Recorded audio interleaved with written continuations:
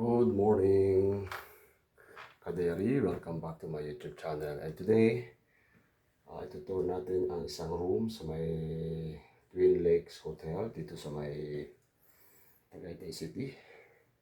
So, here we are. Ito yung kanyang hotel room.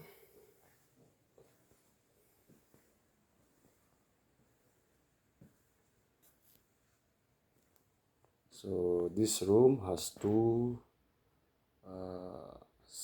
queen size bed. Actually, may kasama ko dito sa room. Yan. So, it has a chair.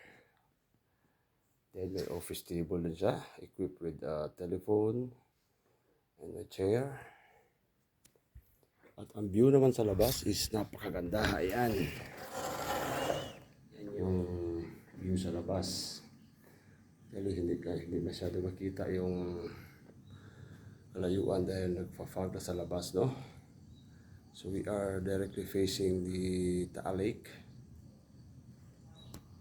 On the left is yung part ng hotel.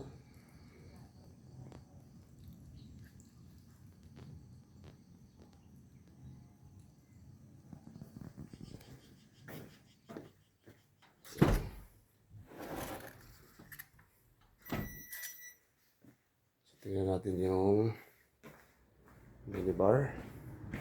So this is the minibar. Meron din siyang dalawang coffee, sugar, and 2 cups.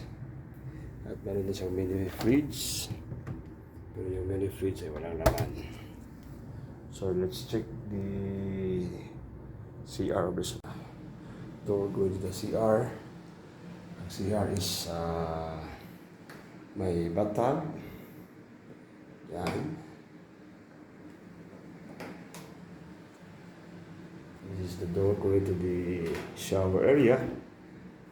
The shower area niya is not that big pero pwede na. Yun. May shampoo and body wash provided.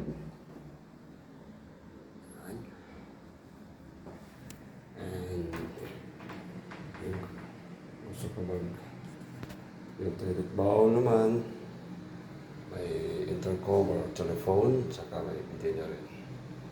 So, this is the